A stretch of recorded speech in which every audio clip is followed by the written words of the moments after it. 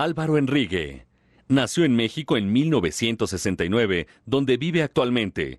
Ha vivido en el Distrito Federal y Washington, D.C. Estudió comunicación en la Universidad Iberoamericana de México, en la que fue profesor del Departamento de Letras. Sí, está un humor, otra vez, el humor como forma de entender al mundo. Es el retrato terriblemente mordaz de un artista conceptual, ¿sí? Y de su mundo. Pero sobre todo, la literatura mexicana alcanza ahí unas cuotas de crueldad gozosa, como yo he visto pocas veces.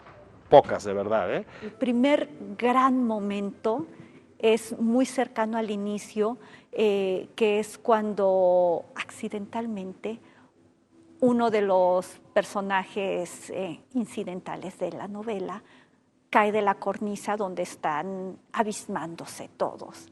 En una fiesta cae y muere, y este personaje principal lo ve con una frialdad.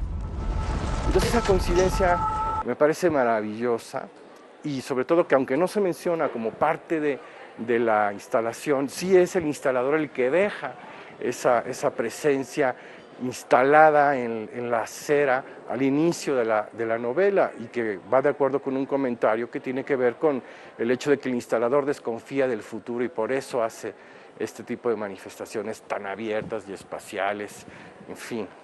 La palabra, digamos, oficial es instalacionista, y es un tipo de artista que trabaja, digamos, sin ser escultor, con terceras dimensiones. Es un personaje que se alimenta de la maldad, que se alimenta de hacer daño al otro. Es un personaje que se cansa de coleccionar arte para comenzar a coleccionar artistas. Y que este artista al que colecciona goza humillándolo, goza haciéndolo papilla. Maquiavélico completamente, qué malo tan más malo. El personaje de Aristóteles puede ser considerado el villano de la novela, pero es el héroe y el personaje principal. Escuchamos también sus pensamientos y su forma o sea, escuchamos sus ideas y la forma en cómo ve la vida. Y uno se termina casi volviendo cómplice de alguna manera, por lo menos en mi caso, de el más malo de la película, que es Aristóteles, ¿no? Aunque lo odies al mismo tiempo, es tan seductor que vas acompañándolo a él, porque aparte la historia está contada a través de su mirada, ¿no?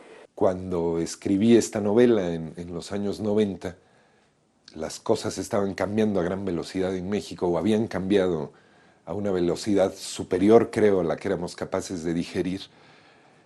Entonces, los niños que habíamos crecido en este México del PRI, que se parecía más a La Habana que a lo que hoy es México, es decir, pensábamos que el arte era en Diego Rivera y esas cosas, que el arte era algo que estaba pegado en la pared. De pronto nos encontramos con una ciudad en la que estaba muy caliente el asunto de que el arte ocupaba espacios completos, tanto de la ciudad como de los museos. Cuando leí La muerte de un instalador, decía, es que qué cuate, qué malo, ¿no? Hasta me decía, no lo quiero ni conocer. Y pues empiezas a hacer comparaciones, ¿no? Y yo pensaba en el abuelo, ¿no? Y dice, no, el abuelo debe haber sido más malo todavía, ¿no? Y cómo repite las conductas del abuelo el nieto, ¿no? Es una novela de un joven, no un joven en su familia, sino de un joven independiente que ha decidido ser instalador. Y hay un magnate, un millonario que por alguna razón le ha gustado ser coleccionista de arte, o más bien destructor del arte, se podría decir. Fue también un momento en el que se empezaron a abrir estas galerías clandestinas, que ahora ya muchas son formales, otras ya son las casas de los galeros y se quedaron ahí a vivir. Es intrigante, te va conduciendo a lugares insospechados de la mansión de esta persona que inclusive tiene unos antecedentes macabros de la manera en la que ha hecho su fortuna a través de venta de armas durante la Revolución Mexicana, cómo él es heredero inclusive de toda una fortuna que su padre no recibe por irse a una revolución comunista en Cuba. La muerte de un instalador nos sorprende al no querer identificarnos con el artista o con los artistas.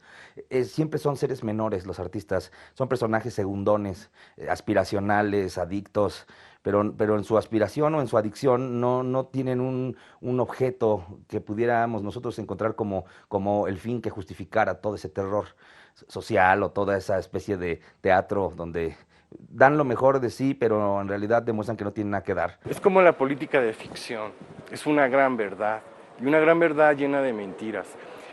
Y al mismo tiempo es interesante porque sí me veo reflejado en la coyuntura que plantea Álvaro, sobre todo por la cuestión maquiavélica de un coleccionista que tiene el poder, ¿no?, el dinero, para opacar a alguien que tiene la intención de ser un innovador, alguien que tiene la necesidad de crear un lenguaje nuevo. Se metió Aristóteles con esta persona a destruirlo de todas las maneras posibles, ¿no? Es un personaje que siente un desprecio por la cultura, pero por razones incluso culturales, ¿no? Es alguien que cree tener su propio sueño por el refinamiento de su educación. Es un heredero de una mirada, quizá no dedicada al arte, la del abuelo, pero sí el heredero de un don para decidir. Y que en un mundo donde solo impera el dinero y solo imperan los valores materiales, no comprende por qué un joven talentoso y culto y con buena fortuna decide no involucrarse en el mundo del dinero, sino dedicarse a no solo hacer una forma de arte, como podría ser una pintura que puede permanecer, sino una obra de arte efímero, como es una instalación que después de exhibida perece y no queda nada. Es como el escenario, como el decorado para contarnos la historia de un cazador, ¿no? Aristóteles Brumel en realidad en el fondo es un cazador y las presas, los trofeos de caza, pues son los artistas, ¿no? Es más allá del dinero. Y bueno, y eso es algo que está planteado en los títulos de los capítulos, ¿no? Esto es una cacería. La selección de la presa, el acecho, la selección de las armas, el cómo va encaminando a la presa para llevarlo a donde él quiere. Y curiosamente el objeto de la gran fantasía oscura del personaje principal, es decir, el artista que se convierte en objeto de las fantasías del dealer o del coleccionista o del comprador, que también es un mecenas y un junior. Pero sí es una forma de ver la realidad, ¿no?, desde el punto de vista del antihéroe, por decirlo de alguna forma, ¿no? Entonces, en la novela juega eso, es una novela muy finisecular, en el sentido de que presenta un México muy decadente, ¿no? Nada más que en lugar de estar proyectado hacia el futuro, esa finisecularidad, es decir, el fin del siglo XX y el principio del XXI, está proyectada hacia el pasado, ¿no? La decadencia de los personajes es la del siglo XIX. El mecenas Brumel ha tenido básicamente una experiencia con la pintura, pero él siente que tiene que adaptarse también a las nuevas realidades y su discusión con los pintores como que ya es tediosa. Él necesita un desafío. Claro, él nunca niega que lo que da dinero es la pintura. Y sabes que yo prefiero mucho más la pintura que va a perdurar y que aparte me va a hacer ganar mucho dinero, que esa es también una de las motivaciones que para él es el coleccionar el arte. Y la instalación, que se revela como un saber que desafía, a él todavía le pica más el orgullo como para decir, claro, yo tengo también que actualizar mis medios. Eso parece decirlo detrás de la novela. Tengo que actualizar mis procedimientos, no dialogar con pintores y dialogar con un artista que pretende haberse extendido en el espacio. Como si esta fuera como si la muerte del instalador fuera la obra de arte que él pudiera realizar. Creo que lo que Álvaro Enrique quería proponernos es que este imperio indiscriminado es capaz de corromper las estructuras que se parecían como más prístinas, ¿no? Es decir, el arte es arte y refleja la parte sensible de la sociedad. Pero es una novela producto definitivamente de un hartazgo con el poder absoluto que tienen las clases altas mexicanas sobre el país, ¿no? Que han colonizado completo al país.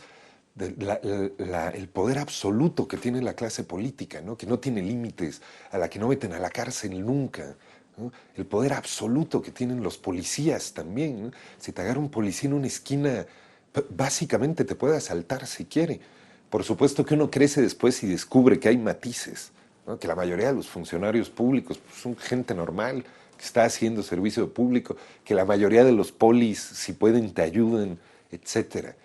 Creo que está representando a esta parte de la sociedad que creció, que se enriqueció muy rápido, sin respetar ningún principio, por encima de todo y a toda costa. La novela, digamos que reseñaba eso, o comentaba eso. El hecho de que si un millonario en México quiere coleccionar en lugar de una obra de arte un artista, puede. Nadie le va a hacer nada, ¿no? Tiene las conexiones suficientes para que no pase absolutamente nada en su vida.